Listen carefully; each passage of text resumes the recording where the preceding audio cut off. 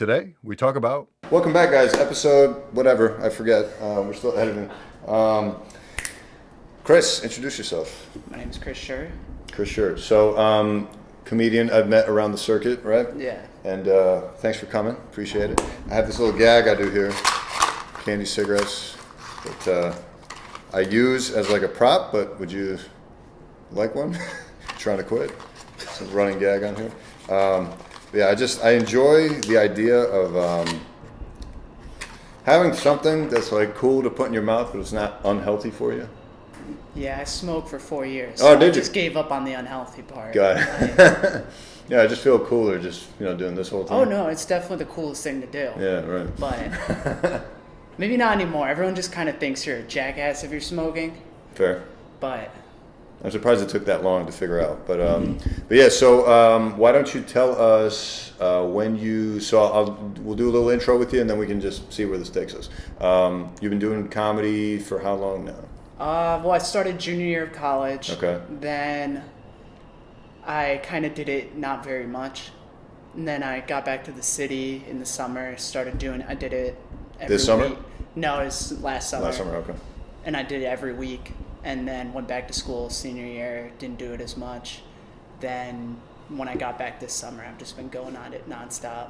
Gotcha. Okay. Yeah, because I've been seeing you like fucking everywhere, right? And then something that is interesting about you, obviously, is this whole transitioning thing you're doing. Yeah, so Is that cool to talk about? Yeah, no. All right, cool. So I pretty much, when I started transitioning basically this summer, and it's kind of gone hand in hand with doing stand-up Okay. a whole bunch. Got it. And it was really weird because for the longest time I was like, you can't be trans and be a stand-up comedian. Like, it's just not going to work out. Someone told you that, or you thought? No, I just got it in my head. Got with it. Just horrible self-hate and everything. I would argue you're the perfect demographic for the current climate, right? Yeah, no, it's worked out perfectly. I mean, 90% of my routine right now is about being trans. Right. But And so, just to clarify for the audience, so you start out as a dude, yeah, and you're transitioning into a dudette.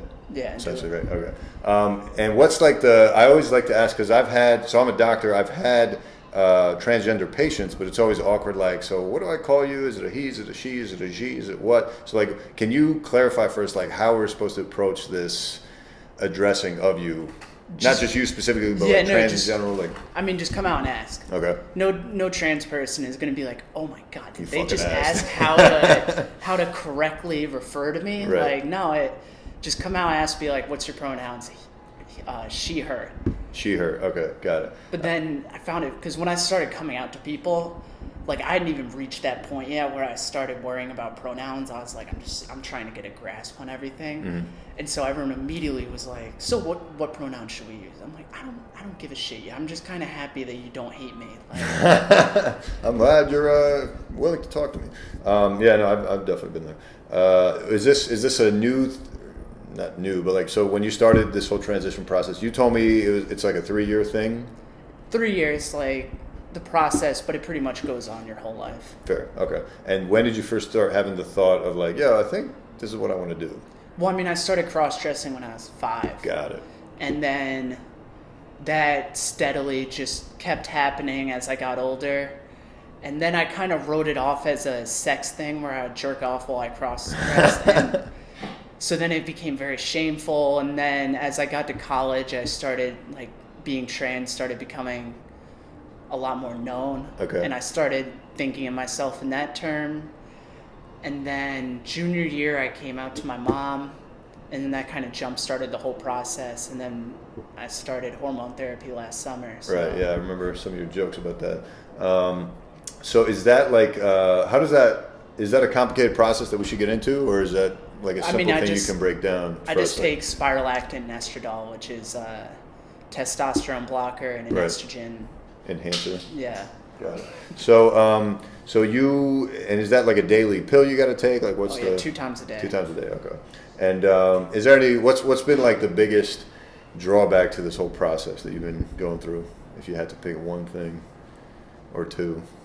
I don't know. It throws sex into a really weird light. Fair. That's fair. Yeah. Because you go from being this in the system where it's like there's men who fuck men, or Right. men who fuck women, men who fuck men, women who fuck women. Right. But now it's like, well, there's women who want to fuck women, but they don't want a dick. So it's hard to break into that area. Right, And there's right. a lot of guys who are like, I want to fuck a real man, not a trans woman. And then there's just all straight dudes who are like, well, if you fuck something with a dick, then it's gay. And I don't know. I think that's like such a ridiculous idea. Well, I'm sure you would, but I'm sure you can understand why certain people think that way, right? I mean, Like, it's anal, like every time. Like if you're really looking for anal, go after a trans woman.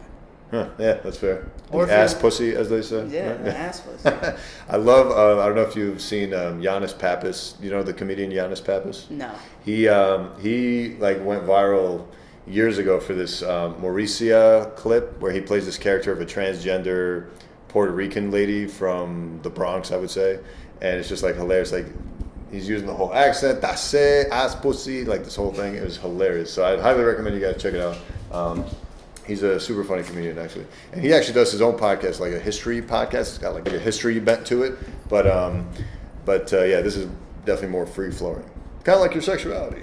Yeah. So is this? Still figuring that shit out. I was gonna. That's where I wanted to segue to. Is this still something you're figuring out? Like, what am I into sexually? Is that like a constant debate you're having with yourself? Like I know I'm into women, and I haven't had sex with a guy yet. Okay. And I want to. Uh-huh. And that's where I'm at pretty much. Gotcha. Like I can't really, like I could go into and I'd have sex with a guy and I'm like, that was terrible. I didn't like any part of that. Is there a dating app for this kind of thing? Not really. No. Okay. They're like, I'm on one called Field, and it hasn't worked out well, to be honest. They're not happily married ever after. Do you feel like it's better to be in a big city with the state you are undergoing? Oh, definitely. Yeah. I mean, New York might be one of the most trans accepting cities. Most in part just because no one gives a shit about you. Like, That's fair. I've noticed that. Yeah. like I come from a small town in Connecticut. Okay. And as soon as someone found out I was transitioning, everybody knew I was transitioning. Right. And so then people weirdly give a shit and they don't give a shit, and it's confusing. But They you have walk around New opinions. York and everyone's like, oh yeah, it looks like a dude in a dress. I've seen that 4 times today. Who the fuck Fair. cares? Yeah, especially in this area, right?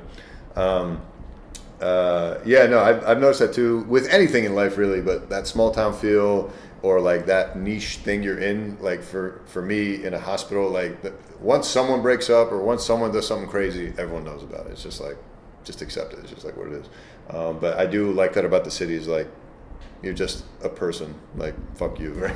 Like, you could be a serial killer and probably be like, I don't fucking care. He didn't kill me. Yeah, I'm right. good Yeah, with it. exactly. And then how do you feel like that's bringing it back to stand up? Do you feel like that's it sounds like it's helped you out, but do you ever get that sense with your jokes sometimes, like if it's not connecting, it's not because people don't give a shit, it's maybe because they just don't find you funny, right? Yeah, that can be a very brutal part of doing stand-up, especially because I kind of lay myself out on the line, and sometimes when a joke just bombs completely, like it feels very personal.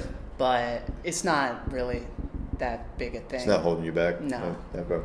Because everybody bombs. Like that's kind Yeah. of the point of especially open mics. Yes. Like everybody bombs. Yeah, it's and if they're miserable. not bombing, then they should probably be getting one stage further. They need to move up a bit. Right. Have you been doing any shows? No, not No, really. not yet. Okay. Not since December. Gotcha. And then you were mentioning just off the air about doing LGBT friendly type of mics and stuff. Are there a lot of those? Yeah, there's a good amount. Okay. You might be able to hit one every day in a week, Really? Okay. but it's absurd how much more supportive and energetic all ladies or LGBT mic is than just your standard open mic. I'm not surprised. It makes kind of straight cis dudes just seem like dicks. Assholes. Literally, yeah. No, I could definitely see that being the case. Do you feel like that audience is purely LGBTQ, or do you see a fair mix of like straight men, straight women? trans, LGBT, whatever? Like, It's a what's the decent mix. demographic? It's a mix? decent mix. Okay, Probably majority LGBT, mostly gay and lesbian people. got it. But Would I fit in there? yeah, you'd fit in fine. You think so? All right, Yeah. cool, dope. You might get hit on a bit. I honestly, I used to have this fantasy of, not fantasy. Fantasy is probably the wrong word, but I used to I used to have this like thought in my head like, oh, dude, how dope would it be to go to a gay bar and just get hit on by guys, right? Because I never felt the love, if you will, from women. Because with women, they don't hit on men, at least not classically. That's not like an overwhelming thing people do, as opposed to like with men, you get this whole catcalling culture. But like I felt like with gay dudes, especially, it would be like not only are they into dudes, but like they're also dudes, so they would have no shame in like approaching me and hitting on me. But I never got that sense the 2 gay bars I've ever stepped foot in. But I don't know. Maybe Yeah, I think they could pick you out. you think so? No, to be on the other side of the whole catcalling culture is fucking weird though. Oh yeah, you were telling me about this. Like I drive Uber at night, Right, yep. and as it gets darker and later and people are more drunk, I start to pass a lot more, which is really pass for a woman. yeah, it's the worst possible situation to pass. Just because, like, I had a group of Chechnyan dudes get into my car, and immediately they started acting creepy. Like, one guy started, like, rubbing my arm and shit, and then the other one pointed at my fingernails, and he's like, oh, like, pain and fingernails, I got you. Like, I get it. And then that guy asked me to take him to a second place after I dropped him off, and I was like, no, man, like, this is going to end badly for me. Yeah, I can already have my tell. limit. Yeah. But I ended up speeding away and realizing it was a dead-end street and then having to floor it past him. I'm surprised he didn't like step in front of the car. Like, Oh, you don't want it that bad? It looked like he was about to. And I was like, oh, I'm going to have to kill someone tonight. Like, fuck, this is so It's not lame. worth it, right? I was just trying to make like $100 and Yeah. now I'm going to murder. How often is this happening when you're Ubering? Or is it just on like major holidays like St. Patty's Day? Like, It depends. I haven't had anything that bad happen yet, but people getting really fucked up in mistake, that happens every single night. gotcha. Just where I drive until 2 a.m. and as soon as people, like 2 Saturdays ago, that first day that was super nice out, everyone drank all day. Right. And so I was driving around some of the most fucked up people I've ever seen in my life. Like, I heard this couple get into an argument, and the guy dropped a Game of Thrones reference to prove his point. Favorite ride I've ever given in my entire life. Just favorite guy. Jesus. Like, but no, like, there's a shooting in Stamford, Connecticut Okay. that I happened to drive by, and there's like 90 cops out, and I don't know, fucked up people. I'm starting to hate them so much.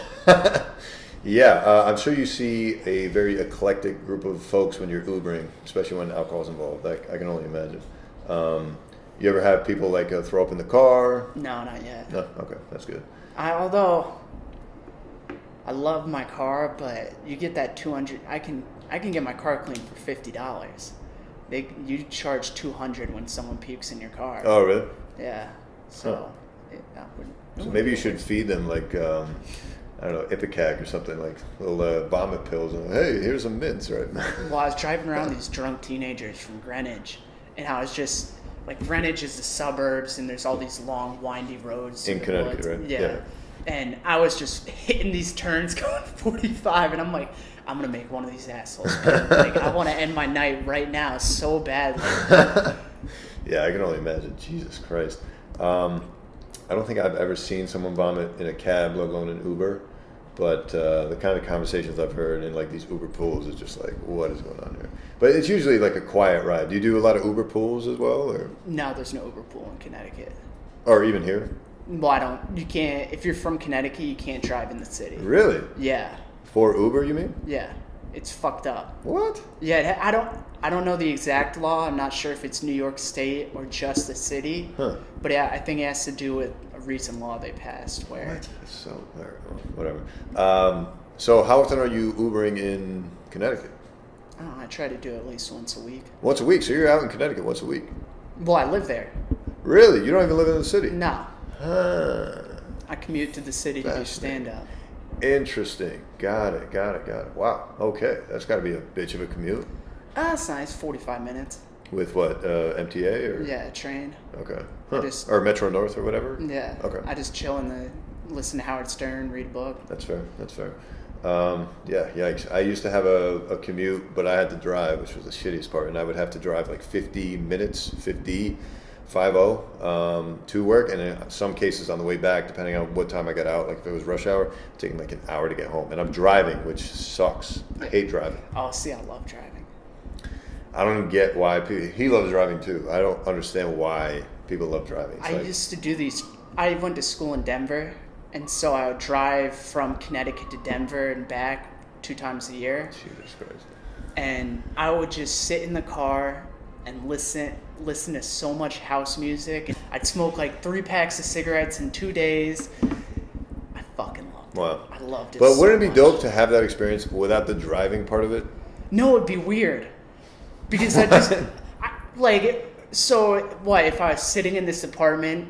No, I don't mean like just sitting around, but I mean like what if someone was driving you, for example, or if you were on a train, or It's like the focus. huh? It's having to do something that's kind of there, so you stay focused the whole time. And It's so you don't kinda- fall asleep. You're in like a Okay. flow state almost. I see. Yeah, I'm still not in. Yeah, no, I'm skipping that. I love the idea of just like being on the train or a bus or whatever. Someone else is doing all the hard work, and I'm just doing literally whatever I want. I don't have to look up. Blah blah blah. That's just my thing, but I don't know.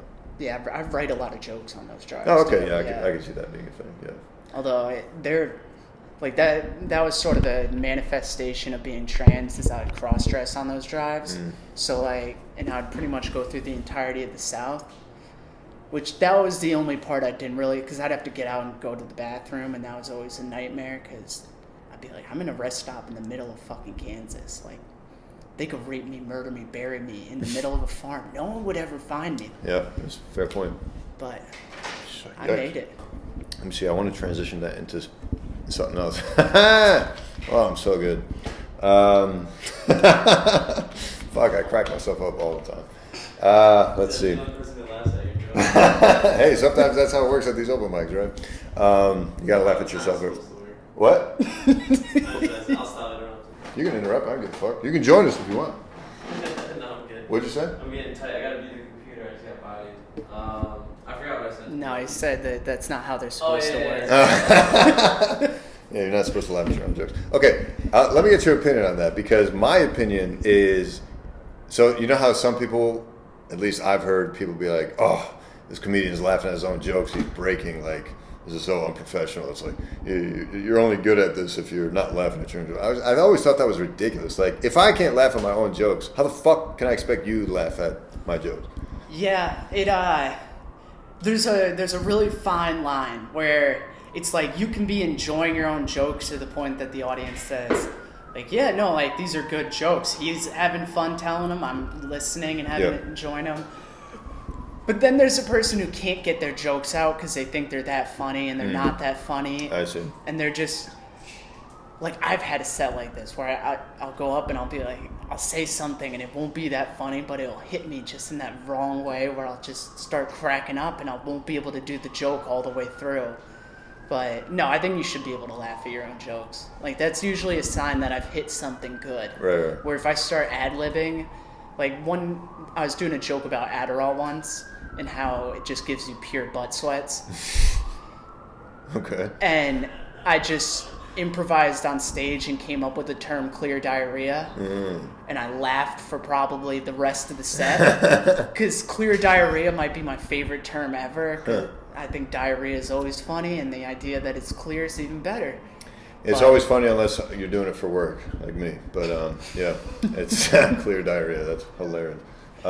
Actually, we look for clear diarrhea when we're doing colonoscopies. We want your shit clear so that I can actually look inside and see all the walls and be able to see shit. Hey. Yeah.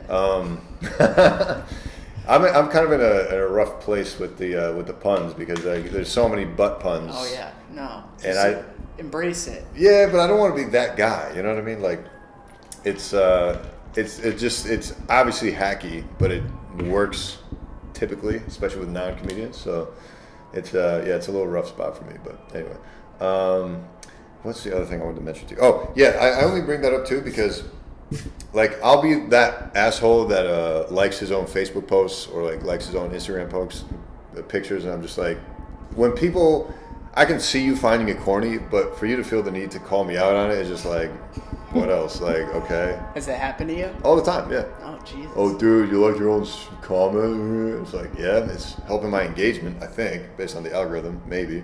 Yeah, I don't see the big deal. Yeah, nothing too wrong with it. I think it's just people with too much time in their hands. Let's see, what else did I want to ask you about? Clothing. How does clothing work for you? Because you have a very personal style, I would say. But it's not like in my head, if I were to picture a transgender person, I wouldn't have a particular idea of what that looks like style-wise. So, like, can you describe your personal style? And if it's influenced by anything or like where it comes from? I just wear what I like. Okay. That's You shop specific places? Amazon. Okay. I bought a lot of stuff. Amazon is kind of the place where I figured out how women's sizing works and everything. Oh, okay. But pretty much anytime I see something that I like, I'll try to get it.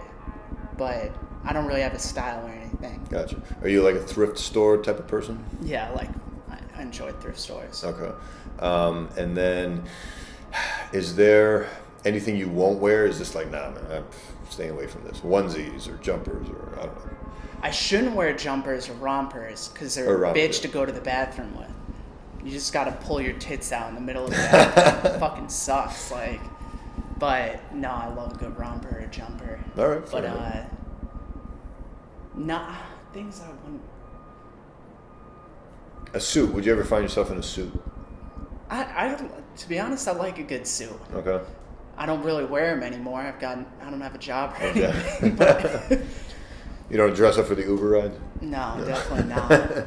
I've been dressing pretty casually lately. I've just been comfy pants with just mostly comfortable. Yeah, you seem to have like all these baggy materials, which I'm like, yeah, this looks like the most fucking comfortable shit I've ever seen. That's what I get a lot. Everyone's just like, "Oh my god, your clothes look comfortable." And like 90% of the time, they're like, "Yeah, I wish I was wearing that instead of these." But 10% of it, they're like, "Oh yeah, you don't care about how you look at all. Like, oh, it's just comfortable clothing."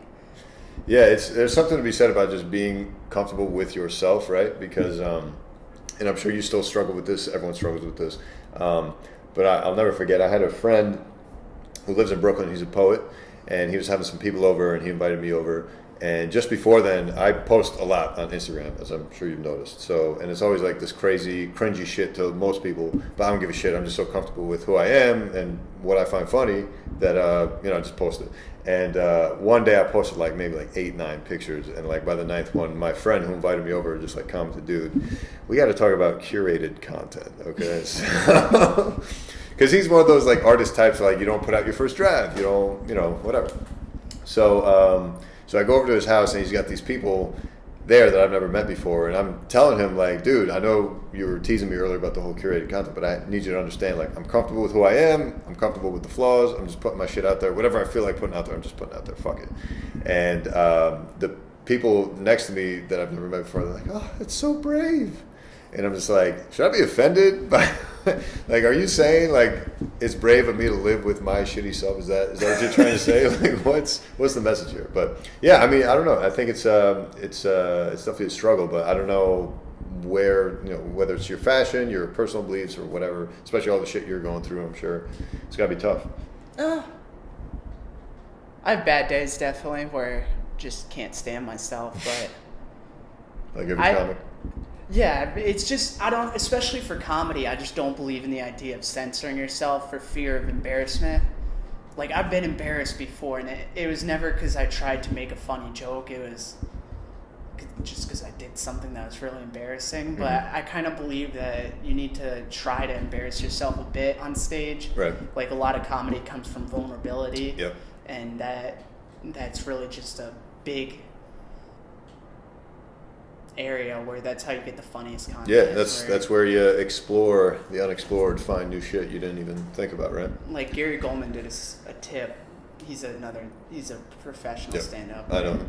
Well, I wish I knew him, but no, I've heard of him. I've seen his stand-up. Yeah. Where he's like, think of your most embarrassing story and then write it out, and that'll become great material. Oh, it's actually a good tip. Yeah, And- I should probably process that more. It's worked well for me. Where like I have a story about being at a Walmart in Missouri, and I went to go buy a bunch of women's clothing while I was driving to Denver, and I grabbed it all out, it's nerve wracking at the time where I was just like anxious and worried and panicking because you kind of look like a serial killer buying a bunch of women's underwear at 2 a.m, especially when your eyes are just like dilated from Adderall and you look like a meth addict. But I went to get everything, went to self-checkout, and it quit working, and the woman comes up to me and she's like, can I help you? And I was like, no, God, please. Like, I'm good. I'll leave it. I don't need it. And she's like, no, I got it. And she's like, price check on a pair of women's panties for this dude. Dude, every time you've told that joke, the room dies laughing. It's fucking hilarious. Yeah, I think there's a lot to be said about those vulnerable moments, especially because with comedy, it's those vulnerable moments that people relate to each other, and it's all about creating relatability, likability, blah blah blah. Being comfortable with someone. So, yeah, I think, dude, yeah, I fucking crack up every time I hear that. Wow, Missouri. I didn't know it was in Missouri, but that makes a lot of sense. It was either Missouri or Kansas or Arkansas. Well, at least they didn't judge you. They just went ahead to try and help you, right? Me. Oh, were they judging? No, that was the whole point. She was like, I'm Oh, she wanted to call you out. Okay. She's like, I'm working the late night shift at Walmart. Like, let's try and have some fun. Right. Okay. Hey, well, it worked out for you, I think, right? Yeah, no, I got the good joke. And hopefully some women's panties. Oh, yeah, right? no, I had a couple Perfect. thongs. Full circle. A nice cami. It was good driving clothes. Do you still have those clothes? Are you on a constant clothes rotation, or do you kind of have some classic hits that you stick to? I'm mostly a hits person. Okay. I need to throw out or get rid of a lot of my clothes, but Yeah, does that affect you with the whole transition process? Is your body shape changing enough where you have to change out the clothes? Like, is that part of why you buy all the loose fitting stuff? No, not really. I just like loose fitting. Okay. But no, I got a pair of jeans that fit me before I started the hormones, and now they're just so tight that you can see both my balls through the groin. Nice. It's they're an aggressive pair of jeans. That's for when I'm in a mood. Fair. Okay. Actually, how does that affect underwear? Actually, I don't even know if that makes any sense, but I'm guessing you're still sticking to men's underwear? No, we're women's underwear. Really? Yeah. Okay. Is that an issue? Oh, no. No. Okay. Everyone always, they're like, doesn't it make your balls uncomfortable? And your balls just kind of get used to it. Huh. Interesting. Like, shut up, balls. Get used Yeah, to this. like also the hormones kind of make your balls a little smaller. But like last summer when I was wearing underwear multiple times during the day, my balls would pop out of them. And that was a nightmare. I hated it so much. Wow. Just walking around the city turned into a bitch, but Wish I could relate, but I got nothing. I like to wear pants. I'm not a big shorts guy. Obviously, I wear shorts for like sports and stuff, but I don't. If I'm just out doing things, I refuse to wear shorts. I don't know. I'm just over shorts. see, I'm all about shorts. Really? Okay. Well, they are very comfy. So. I'm like, well, no, also I just, like, if I could get rid of winter altogether, I'd do it. I fucking hate winter. See, I used to be like that, and that's part of why I wanted to move to LA for like the longest time as a kid. On top of it, having Disneyland and palm trees, which I love. But then I started coming to New York without my parents for once, and I fell in love with the city. And I was just like, I need to fucking live here forever. So, and part of that was like, it was fall time and it was starting to get a little chilly, a little crispier. And for, cis men, I feel like that's the optimal time, especially if you're into fashion, because you can like bust out coats, bust out jackets, bust out layers, right? So for that reason, I learned to be okay with winter. But back to driving, I fucking hate driving, especially in winter. Fuck that shit. Cleaning off your car, driving through ice, dealing with accidents, blah, blah, blah. I just hate that. I'm a beast at driving in winter. I did a drive from Denver to Salt Lake City, Utah in the middle of a blizzard. Jesus, you really love fucking driving. Fuck. Well, I love driving, I love snowboarding, so okay. they go together pretty Cool. well. Dylan. But no, it was one of those, like, you could only see 50 feet in front of you, and every time a car came down the highway the other way, it blew up so much snow you couldn't see for 10 seconds. Okay. And so after I got comfortable doing that, I can pretty much drive in any winter situation. Makes sense. What kind of car? Ford Escape, Ford Escape. 2011. Nice. We got some FIFA rage in the background. Sorry, folks. Video games? Into video games? Yeah. What do you play? Like Fallout, Destiny, and right now I'm playing Crackdown 3. Okay. Is that a WWE game? No, it's like a futuristic cop game. Oh, okay. I've never heard of it. I've heard of Destiny. I've heard of Fallout. I've never played either of them. I'm more of like an adventure, third-person game player, plus sports games like FIFA, Spider-Man. Loved Spider-Man. Red Dead Redemption is what I'm on right now. So I think you like Fallout then. Fallout's sandbox world, post-apocalyptic. I heard about that, but I heard this latest game was like a dud. Oh, it was garbage. Oh, okay. I was so annoyed. It was so fucking bad. Because I don't know why everyone needs them. They're like, oh, we need to make it multiplayer. That's the only way it's going to be fun. Okay. And yeah, I hate that. And they made the game terrible. Like, it doesn't run right. So it's a multiplayer exclusive? Yeah, it's like, There's it's no kind of... single-player campaign or whatever? No, it's it's like World of Warcraft level, where every character yeah, I'm not a fan of that. And it There's came no out end, shitty, right? And it just... it fucking sucks so much. If they literally had just reskinned the other game, I would have bought it and been happy playing it. Interesting. How many of them have there been in that series? Because I haven't played any of them.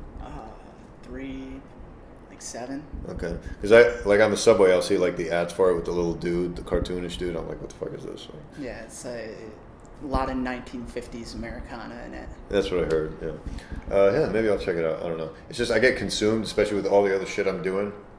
And then I started a Twitch channel, so then I put up like all the Spider-Man clips on there. I was toying with doing Red Dead Redemption, but sometimes I just want to sit back and just like play, take time off from comedy, take time off from being online, you know. But yeah, it's fun. I definitely prefer the one-player adventure type game because there's an end, you know, as opposed to this World of Warcraft shit. There was these kids. Were you ever a World of Warcraft type or? No, not really. No? Yeah, because I remember when it came out when I was in college and we were having kids legit drop out of school because they were just skipping class to play this shit. And they would have like these setups where like 2 roommates would play or 3 roommates would play, and they'd like take shifts, sleeping and playing, and just like round robin of just like playing this fucking game. Yeah, it's one way to play a game. That's like the professional way to play it. I just want to play it and enjoy it myself when I play something. Yeah, are you a big Patrice O'Neal fan? Do you know who that is? I haven't heard too much of his comedy. One of my all-time favorites, if not my all-time favorite comedian. And he had this bit he would do on Sirius XM. He would do a radio show with Opie and Anthony. And there's this one segment that's on YouTube I always love to listen to every now and then. It's he's just ranting about how video games aren't fun anymore. They're just not fun. And he's saying how like you've got like these sports games where like you can see the sweat rolling off the dude's shorts, and you just say, I don't fucking care about this. You've made the game so fucking hard. Like I miss just being able to press A and B and like go, you know? Like with these games, you press turbo, you can't just hold the turbo button anymore. Like that's actually a disadvantage because you lose control of the ball. Whereas in the olden games, you just had the turbo on the whole time. You're just like zooming through, 2K or not 2K, NBA Jams or whatever. Yeah. Yeah, I bought my brother an Xbox for Christmas so he could play Madden because he's a big Madden person. Okay. But it's gone way too far beyond anything he can do. Yeah. He's hit that point where he just can't. He's also 27, but he can't play video games. Yeah, especially anymore. for us older folk. It's like, once they made it too complicated with these, because there's like a time in like early 2000s where like the football games I could still play, simple plays, simple structure, everything works. But now, I can't even touch Madden. It's just like, fuck. Yuck. It's kind of like the horse balls in Red Dead Redemption 2. Horse balls? It's like they shrink it. Yeah, they shrink them. They made these horse balls so realistic, and everyone's like, so it was one guy's job at Rockstar just to make horse balls. And he put a lot of work into these horse balls. It's just fucking weird. This is the first I'm hearing about this. I did not notice this, and I've been playing the game for a while. They did mention shit like you gotta, that's the other annoying thing. Like with Red Dead Redemption, you gotta like clean the horse to make it run faster. You gotta, and like there's an option to like do your facial hair so you can cut just your mustache or let the beard grow out. Or it's cool to have the options, but for a casual gamer like myself, I hate these little extra details. Like I don't need this. I just want an enjoyable game. Keep it simple. Boom, done. You know. Yeah, they were making fun of Red Dead Redemption on Howard for like 4 weeks when it came out, just because of how freaking into detail it goes. Where it's like, this isn't even fun anymore. Yeah, like, right. I'm almost living real life at this point, Right. and it's just, like, all I wanted to do was fight other bad cowboys. Yeah, I just wanted to hit, shoot, and kill the bad guy. Yeah, no, I'm totally with you on that. But yeah, with these kids, it's just crazy because they're running circles around you. I don't know if you're a Fortnite fan at all. Yeah, You for are? a while. I can't. So I downloaded it just to have some variety in my games, and oh my god, I can't kill anybody. Like within one respawn, like dead. These kids are fucking insane with these games. Yeah, I mean, they play them all day. I hate it. It's fucking frustrating as shit. I'm like, dude, I don't even know where to go. Why am I building things? What? Just super annoying. Super annoying. All right, let's see. Are we? Yeah. Why don't we start wrapping this up? Any other things you wanted to discuss that maybe I cut you off from, or areas you wanted to explore? What's the open Verbally. mic scene in Iowa like? Open mic scene in Iowa is pretty dope, actually. I look forward to going back. I'll be honest with you. Only from one perspective, though, the fact that it's like just way more enjoyable. There's just less of them. So like here, there's like 8, 9 open mics a day or more, let alone shows and professional comedy shows and all that kind of stuff. There, it's literally, they'll have professional shows on the weekends, but to answer your question about open mics, Monday nights in Iowa City, there's a spot, and then Wednesday nights in Cedar Rapids is another spot, and a couple hours, and that's it. Yeah. Boom. But the nice thing about it is the comics are all really cool people. I've loved getting to know them and you know, kind of creating a bond out there with them. But also, there's actual real audience in the crowd, so it's much more refreshing than these shitty open mics where it's just all comics. You're hearing people tell the jokes that you've heard them kill with previously, but and in front of this particular crowd is just like bomb after bomb, act after act, just like such a miserable experience. I'm like, why are we doing this? You know. So that's kind of the nice thing about Iowa. But yeah, so it's always refreshing to go back, especially after I've been in the gym, so to speak, here, getting my reps in, and then I go back there because they're only doing two a week, and I'm out here doing like 2 to 3 a day, and then I get back and they're like, oh man, you got so much better, and then I'm having fun like taking these jokes I workshopped here and like bringing them out there. So that's been kind of fun. Yeah, I've been kind of, I did, since I want to go back to Denver and do the open mics, just because I feel like I could just fuck up that scene. Like, I feel like I could go in there and they'd be crush it. like, oh my God, she's so good at comedy. Versus here, I could have my best set and everyone's like, yeah, but I mean, like, you Get could off walk the down to stage. the Comedy Cellar Yeah, and you right. could see Dave Chappelle. Like, Exactly. Do you do any stand up out in Connecticut?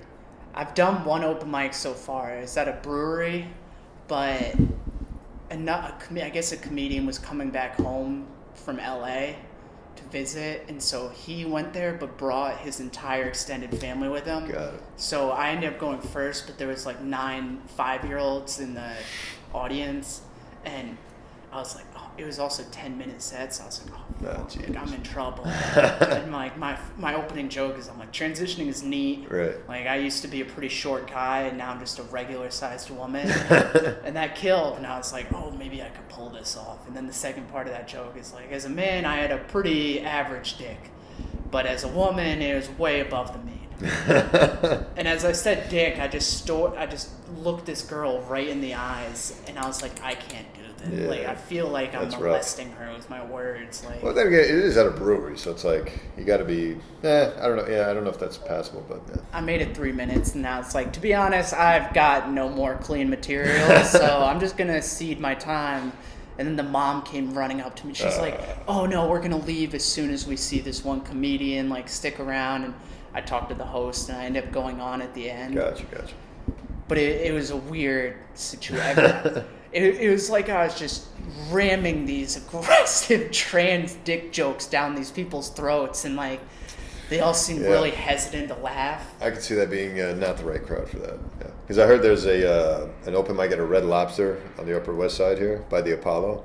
Oh shit. Yeah, and I heard you got to just have clean material, which makes sense, I guess. Family restaurant, right? But that would be hilarious. I would love to see an open mic at a Red Lobster. That would be. Dude, I would great. so go to that open mic and just eat so many cheesy rolls. I'd do 5 minutes on just how I love Red Lobster cheesy Cool. I rolls. think you got your set, right? Yeah. Yeah, no, it's. I'm hoping they'll start doing more open mics out. I've heard there are a bunch of open mics out in Connecticut, but in Iowa, yeah, I'm hoping they'll start up a couple other ones. There is another one, I think, actually, on another day of the week, but for every time I've gone, there's been nobody there, so I don't know if I count that one. But hopefully, it gets better. From what I hear, more and more people are going. So, excuse me. I look forward to checking that out. But yeah, thanks for coming, Chris. I enjoyed it. This was great. Want to give the folks one last shout out of where they can find you? Go ahead, one last time. Chris_Scher on Twitter and Instagram. All right. Yeah, folks, we'll see you around. Peace out. Dope.